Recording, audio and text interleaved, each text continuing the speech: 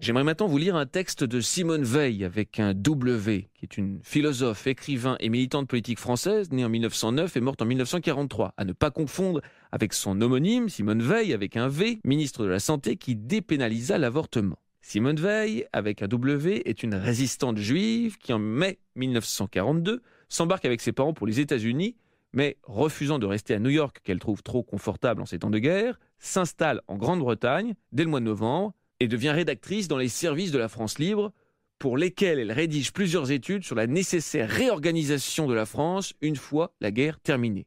Elle signera en particulier Note sur la suppression générale des partis politiques, d'où sera tiré le fragment que j'aimerais partager avec vous. Note sur la suppression générale des partis politiques vient d'être réédité aux éditions Alia. C'est un tout petit livre noir de 47 pages pour 3,10 €.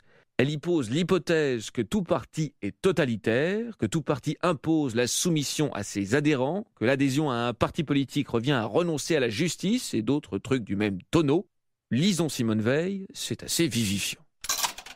Nova Bookbox, sous les couvertures, des personnages au poil.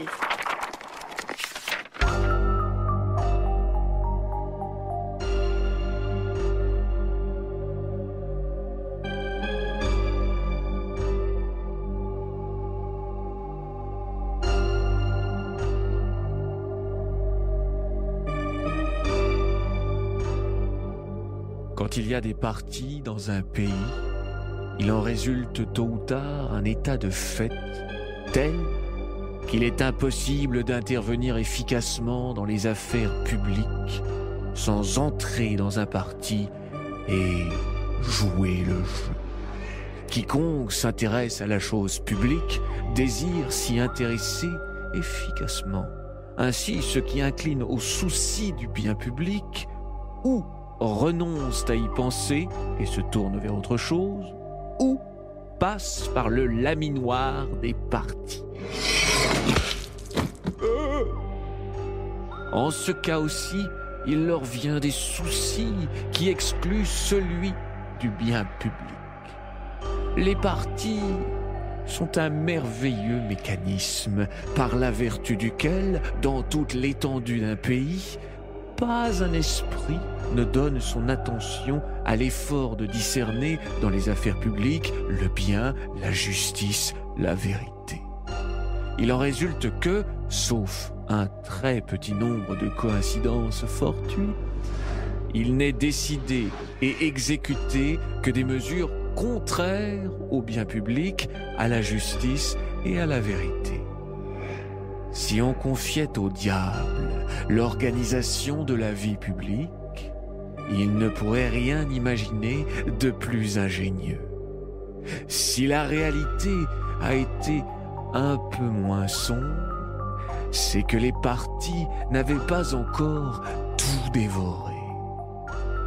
Mais en fait, a-t-elle été un peu moins sombre ?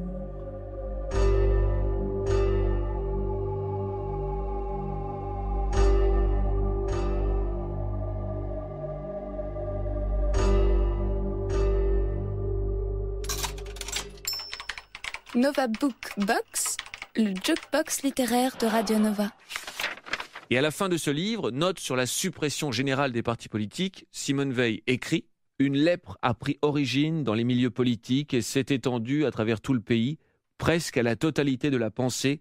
Il est douteux qu'on puisse remédier à cette lèpre qui nous tue sans commencer par la suppression des partis politiques. » Ceci posé, est-ce qu'on peut réfléchir à autre chose que sont devenus par exemple les gens de Nuit debout, qui semaine après semaine, il y a quelques mois, tentaient de réfléchir à demain. Cette force de pensée s'est-elle dispersée ou couve-t-elle dans l'ombre de nouveaux projets ? Peut-être que nous le saurons bientôt.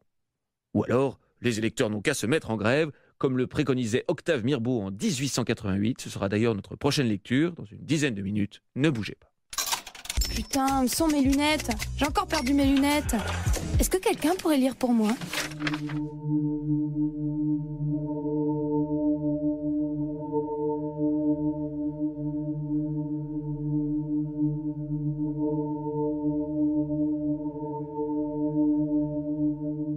À quel sentiment baroque, à quelle mystérieuse suggestion peut bien obéir ce bipède pensant doué d'une volonté à ce qu'on prétend, et qui s'en va, fier de son droit, assuré qu'il accomplit un devoir, déposer dans une boîte électorale quelconque un quelconque bulletin, peu importe le nom qu'il est écrit dessus. Qu'est-ce qu'il doit bien se dire en dedans de soi qui justifie ou seulement qui explique cet acte extravagant? Qu'est-ce qu'il espère? Car enfin, pour consentir à se donner des maîtres avides qui le grugent et qui l'assomment, il faut bien qu'il se dise et qu'il espère quelque chose d'extraordinaire, que nous ne soupçonnons pas. Il faut que, par de puissantes déviations cérébrales, les idées d'un député correspondent en lui à des idées de science, de justice, de dévouement, de travail et de probité. Il faut que dans certains noms, et dans ces noms seuls, il découvre une magie spéciale et qu'il voit, au travers d'un mirage, fleurir et s'épanouir des promesses de bonheur futur et de soulagement immédiat. Et c'est cela qui est véritablement effrayant. Rien ne lui sert de leçon, ni les comédies les plus burlesques, ni les plus sinistres tragédies.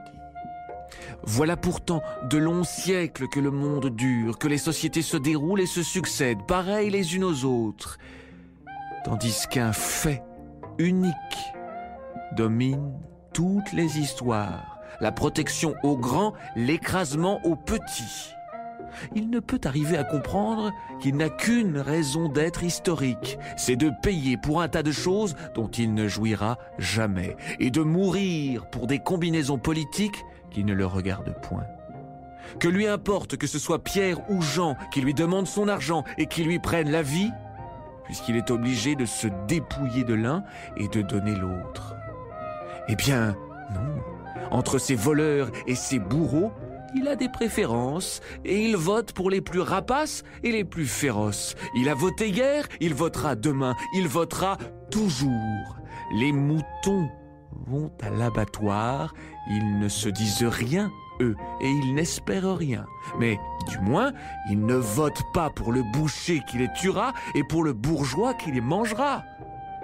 Plus bêtes que les bêtes, plus moutonniers que les moutons, l'électeur nomme son boucher et choisit son bourgeois. Il a fait des révolutions pour conquérir ce droit.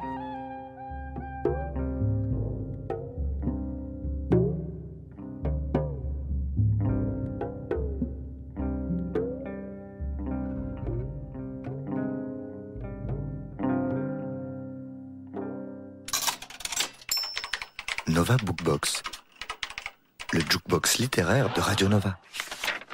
Je viens de vous lire un extrait d'un texte intitulé « La grève des électeurs ». La grève des électeurs est le titre d'une chronique d'inspiration clairement anarchiste de l'écrivain français Octave Mirbeau, paru en novembre 1888 dans Le Figaro. Un grand texte anard dans le Fig, c'est rigolo.